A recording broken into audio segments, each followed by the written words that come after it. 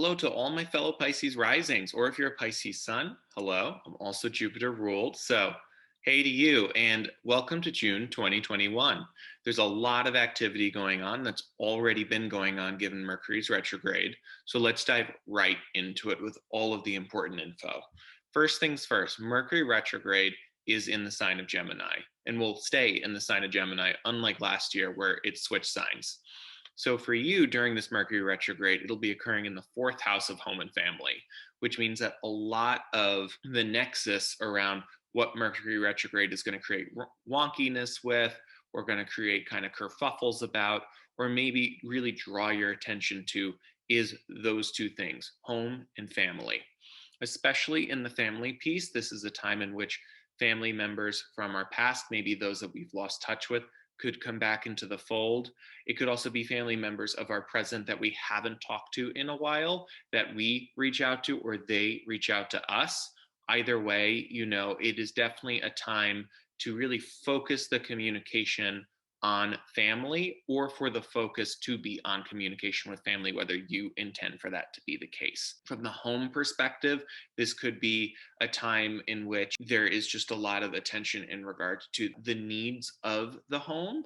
And I mean that both from an infrastructural standpoint or a structural standpoint, I guess you should say, or just the actual energy dynamics of the space itself. So for any fourth house transits or 12th house transits for that matter, I always go to identifying the energy of the space, feng shui, really paying attention to see if the energy of the space is conducive to working with you. And you, as Pisces, are very much affected by the energy of your spaces. If there is something askew, something awry, or if the energy has gone stale because you haven't worked on the energy of your home for a while, this is absolutely the time.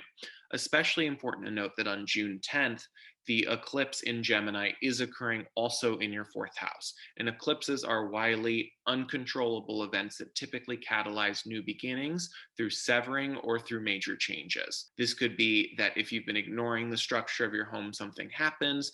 This could be, something positive that you are really doing that deep cleansing of what has gone stale or what no longer serves you in your home. Now, the potency around family is also really primed around this time. So if you do get into conflict with family, I strongly advise you to be mindful about around your words if that's going to be sort of the route that you go or need to go. So outside of that, both Venus and the Sun at different points in the month are going to enter Cancer in the fifth house of creative self-expression, casual romance, and children, both of which could be considered positive. The Sun is pretty neutral, but definitely shines a light on the focus for you. And then Venus would definitely be considered the lesser benefic and be tied to things like value and sensuality, self-worth, those things. So there's a lot of positive attention and focus, kind of a spotlight, if you will, on creative self-expression, casual romance, and children. So this could very well be the time to put yourself out there, both in a romantic context, but also just to creatively self-express, whether through an app or however you deem fit. Things are opening up. So if you are an actor or a singer or a dancer or a comedian, whatever it may be, this could very well be the time to put yourself out there and creatively self-express. Of course, if you don't feel comfortable doing so, thankfully we have technology in place. So this could be the time to start that TikTok account or start that Reels account on Instagram, whatever it may be. Now, moreover, like I said, it also is a very good time to put yourself out there and shoot your shot from the dating perspective. The fifth house would be the very early side of dating and also like the casual side of dating. And then once you get very much committed, that would be more seventh house. So in this context, it would be about shooting the shot and the early part of dating. The last thing that I want to say is that Mars will enter Leo on the 11th and stay in that sign for about 7 weeks or so. And Mars and Leo will be in your sixth house. So I really want you to check in with your body. The sixth house rules everything related to physical wellness, and Mars can be inflammatory.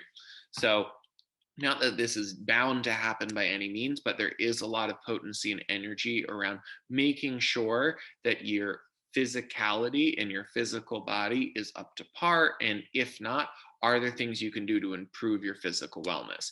The high vibe of Mars, thankfully, is drive and ambition and assertion and courageousness and daringness. So it could be a very good time to take on a new exercise routine or a diet plan, or just eating right. I'm not a big fan of dieting myself, just eating healthy, eating fresh. Outside of that, like I said, Mars does rule daringness as well. So trying different foods, seeing what works, switching up the routines a bit. The sixth house does rule routines. So if you don't have a routine, it could be about getting into a routine. And if you do have a routine and it's going a little stale, kind of juggling a few things around. Now, the sixth house also rules pets. So it is also a good time to include your pets in this. So include your pets in your exercise routine. If you're eating well, make sure your pets are eating well, that sort of thing. But overall, it's a very exciting month with a lot of possible, changes and a lot of positive momentum from the creative self-expression side of things. Now, with Mercury retrograde and that eclipse being in the fourth house, definitely be mindful of the home, be mindful of relationships with family, potentially reach out to loved ones that you haven't spoken to in a while. That could be a really great way to leverage this energy. Best of luck in June.